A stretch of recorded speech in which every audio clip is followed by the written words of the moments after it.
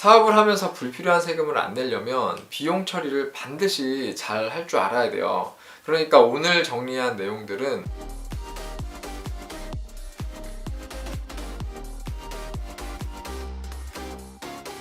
네, 여러분 비용 처리 잘하고 계세요?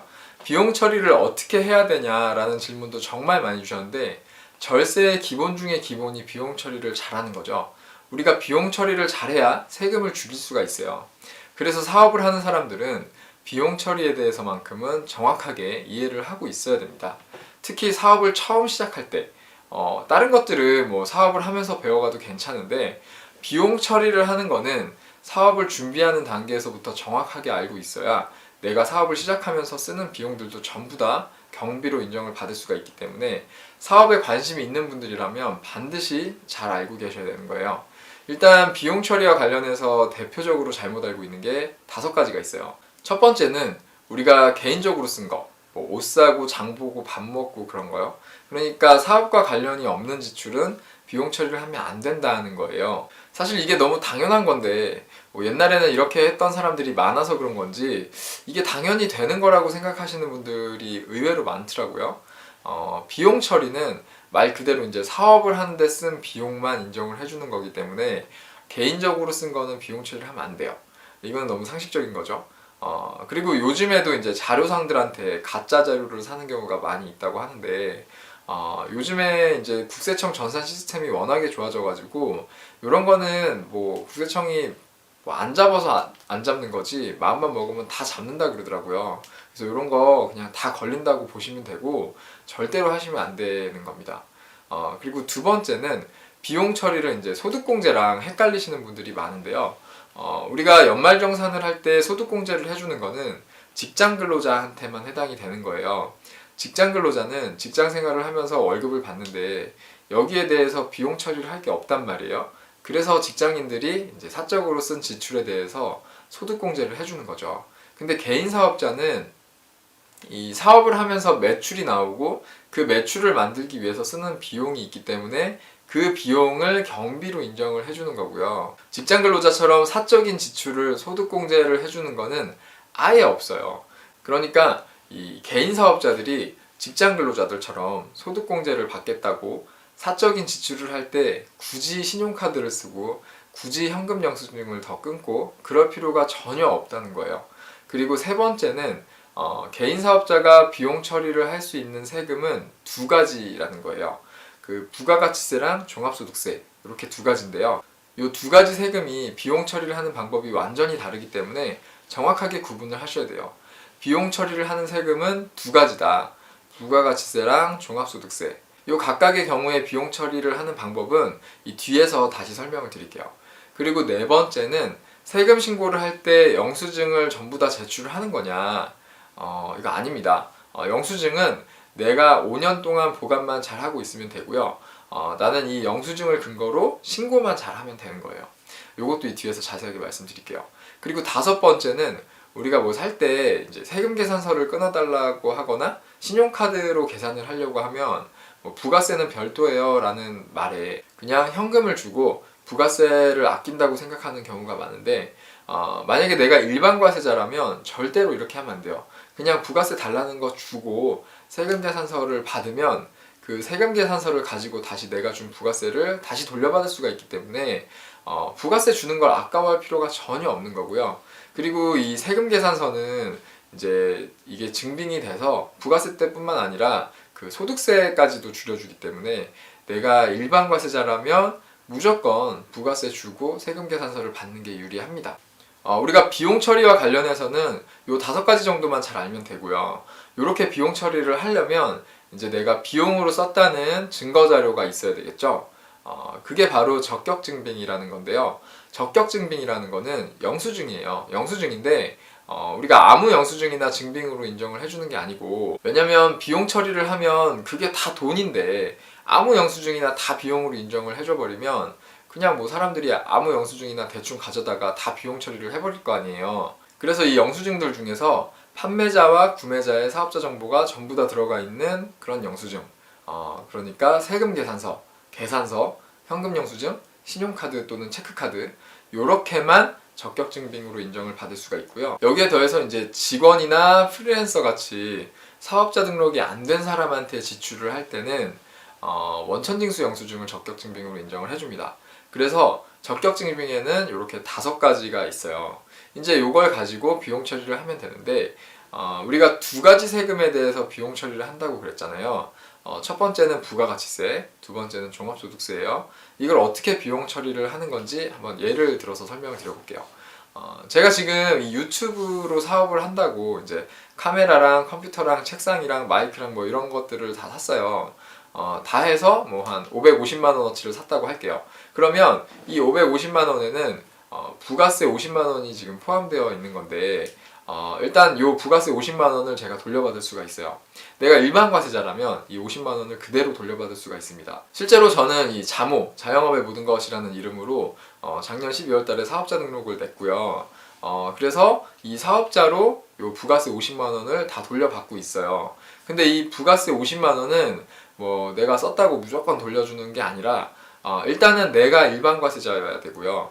나한테 이걸 판 사람도 일반 과세자여야 돼요. 그래야 내가 세금 계산서를 받을 수가 있거든요. 그래서 내가 세금 계산서를 받았거나 아니면 이 현금 영수증이나 신용카드가 뭐 세금 계산서나 계산서를 대신할 수가 있거든요.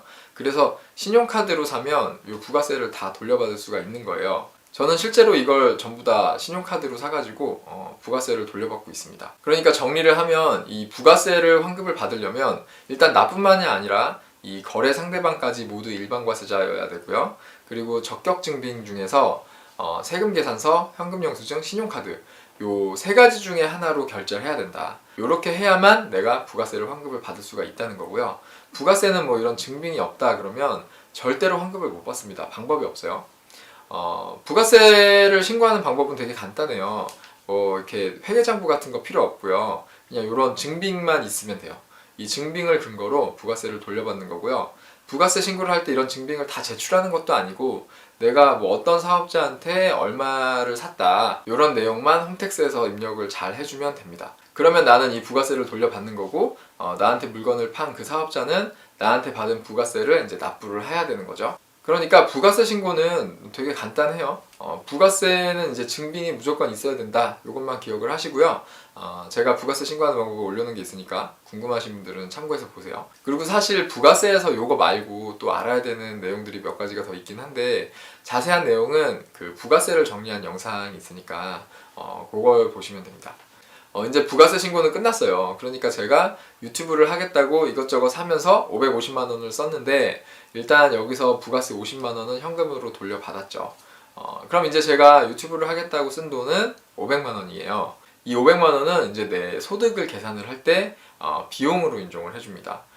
우리가 소득이 있으면 매년 5월 달에 전년도 소득에 대한 종합소득세 신고를 해야 돼요. 종합소득세는 말 그대로 이제 한 가지 소득이 아니고 여러 가지 소득을 종합해서 세금을 매기는 건데 일단 종합소득세를 신고하는 전체적인 과정은 이렇게 돼요. 먼저 종합소득액을 구한 다음에 거기에서 소득공제를 하고 종합소득세율을 적용을 하고 그리고 세액공제하고 여기에다가 가산세랑 기납부세액을 더하고 그 다음에 이제 납부할 세금을 정하는 건데 여기에 대한 자세한 내용은 이 종합소득세를 설명하는 영상이 따로 있으니까 그거를 참고해 주시고요. 지금은 이 종합소득액을 구하는 이 부분만 한번 볼게요. 일단 종합소득은 사업소득, 근로소득, 연금소득, 이자소득, 배당소득, 기타소득 이렇게 6가지 소득의 합이에요.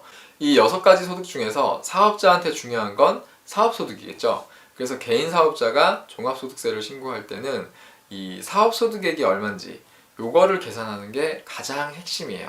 사업소득액은 매출액에서 경비를 다 빼면 그게 바로 사업소득액이 되는 건데 이거는 부가세를 신고할 때처럼 그냥 뭐 무슨 증빙, 적격증빙만 있으면 되는 게 아니라 장부라는 걸 써서 제출을 해야 돼요.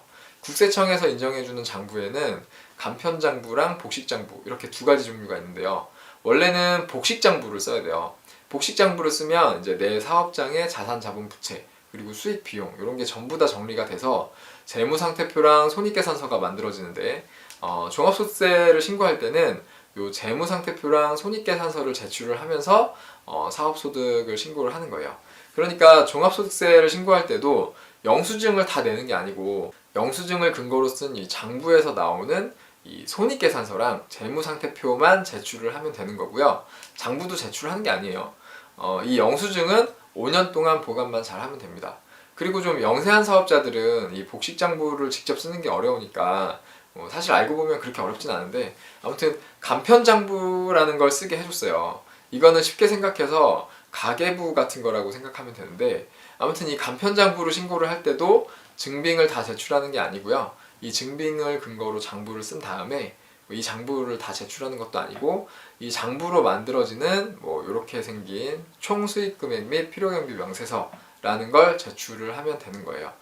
요거는 이제 총 매출액이 얼마인지 총 비용이 얼마였는지를 보여주는 명세서예요.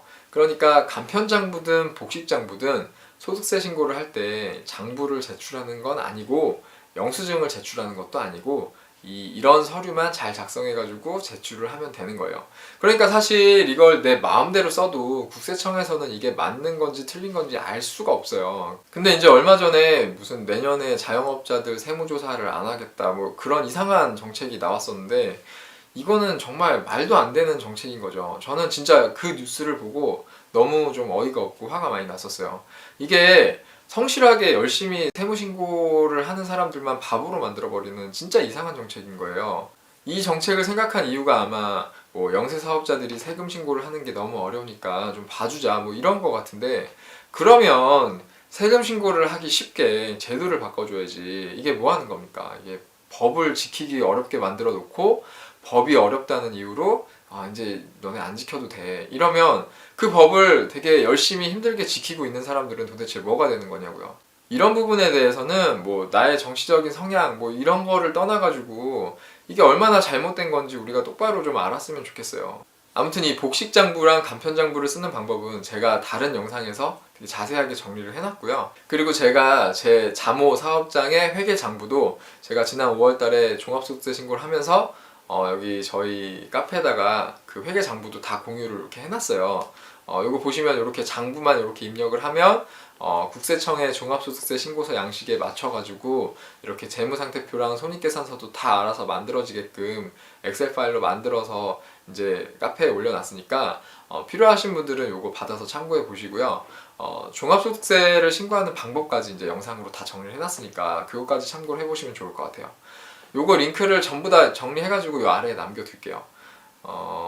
여기까지 이제 비용 처리에 대해서 정리를 해봤는데요. 사업을 하면서 불필요한 세금을 안 내려면 비용 처리를 반드시 잘 할 줄 알아야 돼요. 그러니까 오늘 정리한 내용들은 잘 참고하셔가지고 꼼꼼하게 비용 처리를 잘 해가시길 바라겠습니다. 오늘 내용도 도움이 되셨으면 좋아요랑 구독 부탁드리고요. 저는 다음 영상에서 또 인사를 드리겠습니다. 감사합니다.